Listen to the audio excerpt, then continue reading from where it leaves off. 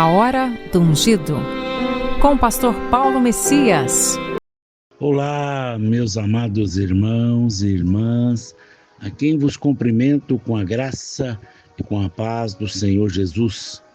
Eu sou o pastor Paulo Messias, da Igreja Videira de Canaã, Goiânia, Goiás, Brasil, para o mundo, chamado por Deus para pregar o Evangelho da Graça, para curar os enfermos, para libertar os cativos. Mas antes de orar com você, gostaria de compartilhar uma palavra de Deus, Josué e a obra finalizada da cruz.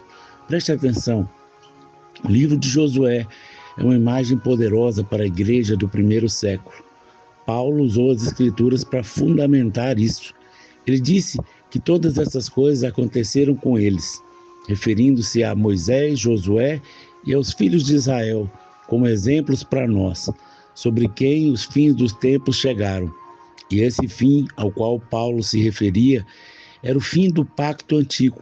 Agora o apóstolo estava instruindo os primeiros cristãos a viverem de acordo com o novo pacto.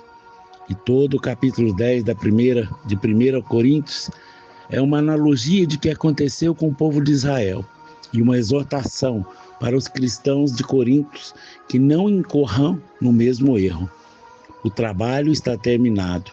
Josué capítulo 1, verso 1 e 3 diz assim: Sucedeu depois da morte de Moisés, servo do Senhor, que este falou a Josué, filho de Num, servidor de Moisés, dizendo: Moisés, meu servo é morto.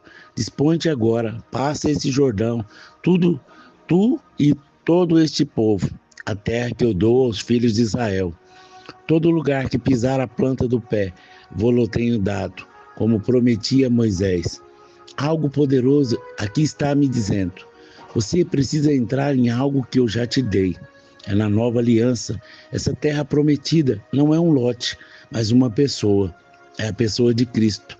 Isso fica muito claro quando chegamos no livro de Hebreus, que diz que a terra prometida é o descanso na obra concluída de Jesus Cristo. E assim, em Cristo, todas as promessas de Deus são sim e amém. Se você está em Cristo, então você é herdeiro das promessas. Esse é o nosso foco aqui. Após a ressurreição de Jesus, no caminho de Emaús, havia 2 discípulos que estavam a caminhar e a refletir sobre as coisas que tinham ocorrido nesses 3 dias e 3 noites. E para mim, esses 3 dias e 3 noites são inesgotáveis. Embora existem várias linhas teológicas acerca do que aconteceu durante esses 3 dias e 3 noites, ao estudar alguns deles, há pedaços de verdade em cada um. Seria um pouco arrogante se pensar que a nossa visão da expiação é tudo o que existe. Nossa revelação é terrivelmente limitada, pois acredito que descobriremos ao longo da eternidade o que realmente aconteceu naqueles 3 dias e 3 noites. Então, tudo que conseguimos entender hoje ainda será uma visão parcial do que aconteceu. Mas enquanto caminhavam na estrada de Emaús, após a ressurreição de Jesus, o Senhor lhes apareceu, mas não se sabe que é Jesus. Seus olhos estão vendados. Embora o Senhor estivesse conversando com eles, eles pensando ser um viajante qualquer, olhavam para ele e diziam: você é um estranho em Israel? Você não sabe o que aconteceu aqui nesses últimos 3 dias e 3 noites? Eu imagino que provavelmente Jesus está rindo baixinho e pensando: como não sei? Provavelmente sou o único aqui que realmente sabe o que aconteceu de verdade em 3 dias e 3 noites. Então, começando por Moisés, discorrendo todos os profetas, expunha o que respeito a seu costumar constava em toda a Escritura. Foi uma caminhada cerca de 11 quilômetros. Como eu gostaria de ter participado dessa caminhada. Quando ele estava desdobrando as Escrituras, provavelmente ele estava dizendo: você se lembra daquele cordeiro que foi retirado? Eu era aquele cordeiro. Você se lembra quando eu levei os pés aos mar vermelhos e foram batizados na água? Agora, na nova aliança, você é batizado em Cristo.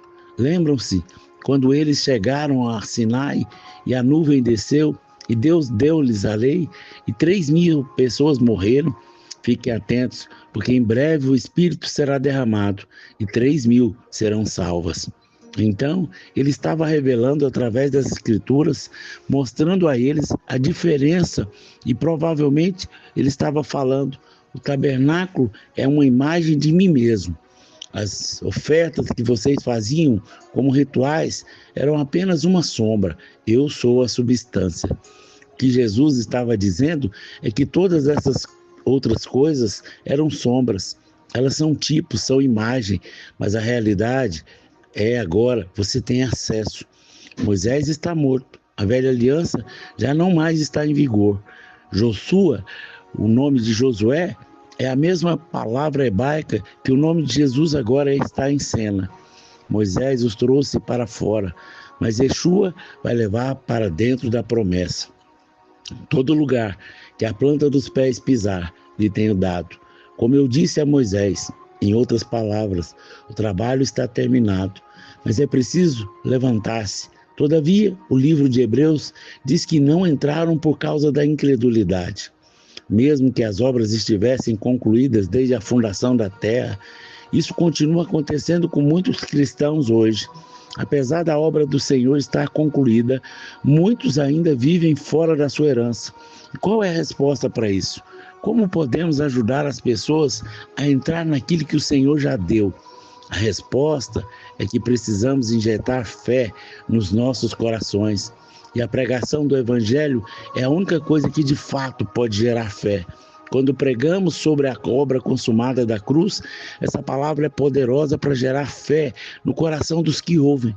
Por isso precisamos nos aprofundar na mensagem da nova aliança, para que possamos pregar de maneira adequada.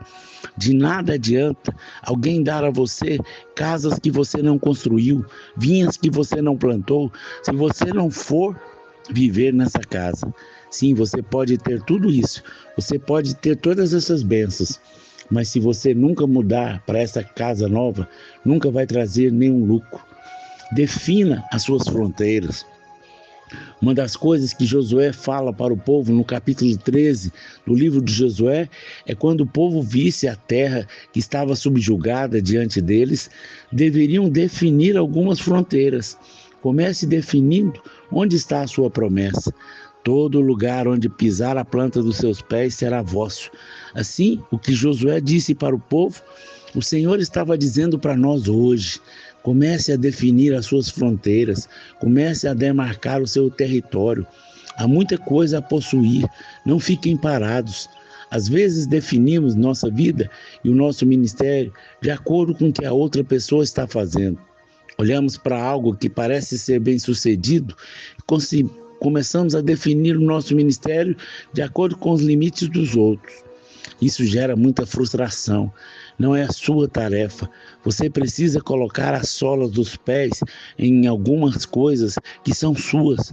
Você começa definindo a sua fronteira, mediante as promessas que o Senhor deu a você e à sua descendência. Então, Josué disse ao povo: levante-se, caminhem pela terra e descrevam. Em outras palavras, alguém tem que começar a declarar o que é. Se você não tem clareza do que o Senhor te deu, como você está cantando que vai entrar no terreno do inimigo e vai tomar de volta o que ele te roubou? Você tem que saber o que foi lhe dado.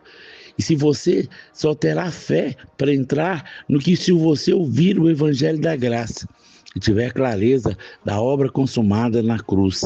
A Bíblia diz que a fé vem pelo ouvir e ouvir pela palavra de Cristo. Temos que parar de falar sobre o que o inimigo está fazendo e começar a falar sobre Jesus já fez, sim, o que ele já conquistou, o que ele já nos deu. Temos que começar a descrever a terra. Às vezes não temos mais porque não caminhamos pela terra e não descrevemos. Nós minimizamos muito o fato de que já é nosso. Por isso, quando seus olhos se abrem, você percebe que há muito mais para nós do que imaginamos. Eu estou dizendo, há muito mais coisas boas que o Senhor está fazendo nos dias de hoje do que Ele já fez no passado. Às vezes costumamos tanto a descrever os milagres que Deus fez no deserto e não equipamos a nova geração para apropriar das realidades do que o Senhor tem hoje para nós. O deserto é uma sombra do que Deus queria dar a eles na terra prometida. Havia 2 tribos que pensaram: parece bom aqui no deserto, vamos ficar aqui mesmo. Nós até vamos ajudar vocês a obter a sua herança, mas nós vamos ficar por aqui. E o mesmo acontece hoje com muitos que ficam presos aos moveres do passado, de bênçãos que hoje são só lembranças. Eu acho que em algum lugar alguém tem de começar a falar sobre o quão bom é a terra prometida. Comece a descrevê-la, a andar por ela, a definir algumas fronteiras para outra geração que poderá começar a habitá-la, que começará a ensinar que esses gigantes não são grandes, que esses gigantes não são invencíveis. As coisas que pensamos ser para o outro dia são para hoje, para a geração atual. Por isso somos perfeitamente capazes de tomar a terra. Se nós desafiarmos a nossa geração a crer, se pregarmos sobre o que o Senhor já conquistou para nós, descrevermos as promessas, eles não temerão os inimigos, terão fé para se apossar daquilo que o Senhor lhes deu. Através da obra de Cristo, somos capazes de fazer aquilo que o Senhor nos mandou fazer. A pregação da lei que nos faz sentir desqualificados e incapazes. Às vezes olhamos para o mundo e pensamos: bem, ele é muito grande, não pode ser salvo. Mas as Escrituras dizem que Deus amou o mundo de tal maneira que deu seu próprio Filho unigênito para salvá-lo. Então, acho que não deve ser grande demais. Eu acredito que é simples quando começamos a pregar e a capacitar uma geração, ensinando essas verdades, que a fé começa a brotar, porque a fé vem pelo ouvir. Ajude a nova geração a entrar. Quando Josué vai levá-lo para uma terra prometida, ele não lhes dá uma opção. Ele diz: prepare as suas provisões, pois em 3 dias nós passaremos por esse Jordão. Ele não diz: nós vamos ver como as coisas estão, vamos ver onde é melhor lugar para atravessar esse rio. Não, ele diz: se estamos passando por aqui, somos perfeitamente capazes de tomar a terra. Alguém precisa se levantar em algum lugar e declarar que essa é a geração, que esse é o tempo, que todas as bênçãos que o Senhor tem para o sim e o amém. Essa é a palavra de fé que pregamos, que Cristo já vê a terra subjugada diante de nós. Vamos herdar o que Deus quer nos dar, porque está disponível para nós agora. Hoje temos uma igreja moderna, uma multidão que viveu debaixo de um legalismo rígido, por isso tornou incrédula. Mais impressionante, tem outra geração que ainda foi escrava no Egito, que nasceu ouvindo a palavra da graça, mas que também se tornou tímida para entrar na posse da herança. Porque a nossa geração antiga prega a mensagem da graça para a salvação, mas depois que a pessoa se converta, atenta em importar sobre elas os padrões da lei. E muitas vezes dizemos que o Egito é o mundo. Isso é verdade, mas em Apocalipse 11:8 nos traz uma revelação mais ampla sobre o Egito. E se o cadáver ficar estirado na praça da grande cidade, que espiritualmente se chama Sodoma e Egito, onde também o Senhor foi crucificado. Esse texto fala das 2 testemunhas que vão pregar em Jerusalém. E diz que lá elas serão mortas, e o cadáver ficar estirado na praça da cidade, que espiritualmente se chama Sodoma e Egito, onde também o Senhor foi crucificado. Ora, sabemos que o nosso Senhor não foi crucificado no Egito, ele foi crucificado em Jerusalém. Mas em Apocalipse diz que espiritualmente Jerusalém é chamada de Sodoma e Egito. Então, o Espírito Santo estabeleceu uma conexão com Jerusalém, o centro do judaísmo, e o antigo pacto como sendo o Egito. Ou seja, a religiosidade legalista é tão aprisionadora quanto o Egito. A minha geração viveu com muito legalismo, mas a nova geração nasceu na terra prometida. Eles nasceram em Sião. Todavia, não estão totalmente conscientes que é Sião onde estamos. Como disse o escritor de Hebreus, vivemos como estranhos, mesmo na terra da promessa. E isso é que está gerando cansaço espiritual nas pessoas. E foi para as pessoas que estavam vivendo exaustas que o Senhor fez o seguinte convite: Vocês que estão cansados e fatigados de religião, venham até mim, ande comigo e irão recuperar a vida. Vou ensiná-los a ter descanso verdadeiro. Caminhem e trabalhem comigo. Observe o que eu faço. Aprendam ritos livres da graça. Não vou impor a vocês nada que seja muito pesado ou complicado demais. Sejam meus companheiros e aprendam a viver com liberdade e leveza. Mateus capítulo 11, versos 28 e 30, em A Mensagem. Em outras palavras, você está cansado de viver no deserto? Está cansado de uma viagem de 40 anos? Você está cansado e exausto e queimando com religião? Venha até mim e aprenda os ritos não forçados da graça. Em outras palavras, o verdadeiro evangelho lhe devolverá vida, paz e alegria. Que convite maravilhoso! Caminhe comigo, trabalhe comigo, veja o que eu faço. Aprenda os ritos e não forçados da graça. Eu não vou colocar nada pesado ou que não encaixe em você. Mantenha-se em companhia comigo e você aprenderá a viver livremente e levemente.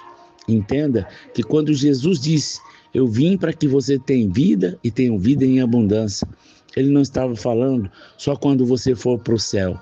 Ele estava falando sobre a qualidade de vida aqui. Eu ainda luto com muitos conceitos religiosos que foram construídos ao longo do tempo dentro de mim.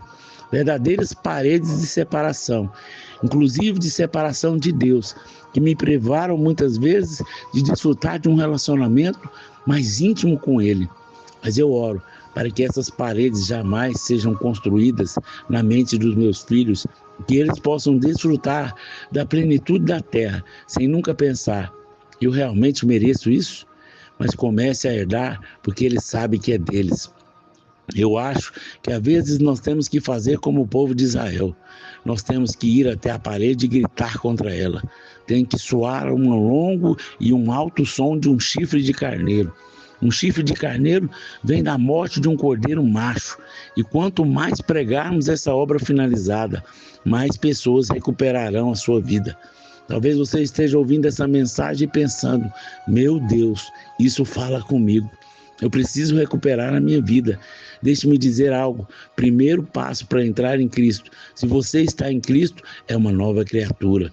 Você pode ter a sua vida transformada hoje e entrar na terra prometida, simplesmente recebendo o perdão dos pecados, pedindo ao Senhor para entrar na sua vida, deixando Ele ser o Josué. Ele vai levá-lo à terra prometida e cumprir todos os sonhos e promessas que Deus fez a você. Aleluia, Pai. Graças te dou, Senhor, por essa palavra. Que ela gere vida, que ela gere sabedoria, que ela abra os olhos de quem ouvir, aonde quer que seja, que essa palavra seja transformadora na vida dos seus filhos. Eu declaro, Pai, que os seus olhos se abrirão e eles terão entendimento que a obra já foi consumada. Em nome de Jesus. Amém, amém e amém. Meus amados irmãos e irmãs, você que foi abençoado com essa mensagem, comente aí no nosso canal, nos ajude a divulgar, para que mais pessoas saibam que a obra da cruz já foi finalizada. Se você foi abençoado, deseja ser um semeador do nosso ministério, aí tem o número do Pix que você pode nos ajudar a pregar a palavra de Deus, fazendo uma oferta generosa. Nos ajude a semear a palavra. Através da sua oferta, vamos levar pessoas a ter um encontro com o Senhor, assim como também vamos ofertar cestas básicas para aqueles que nada têm. Nós não pedimos nada para nós queremos fazer a obra do Senhor. Nos ajude e tenha uma colheita maravilhosa em nome de Jesus. Amém, amém e amém.